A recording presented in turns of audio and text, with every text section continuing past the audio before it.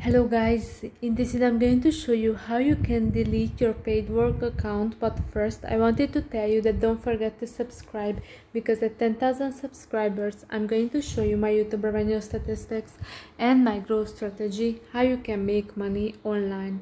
So first open the app, then click on the three lines at the top of the screen, then click on the settings, scroll down to the bottom of the screen and you should see the delete account section or icon. Click on that, and then to delete your account follow these steps. Suspend each withdrawal you have made, and then make sure you have verified your email.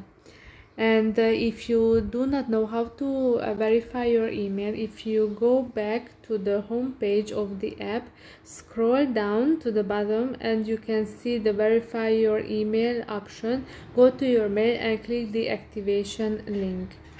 So this is how you can verify your email and delete your account. I hope this video was helpful for you. If it was, please consider subscribing, and see you in the next one. Bye bye.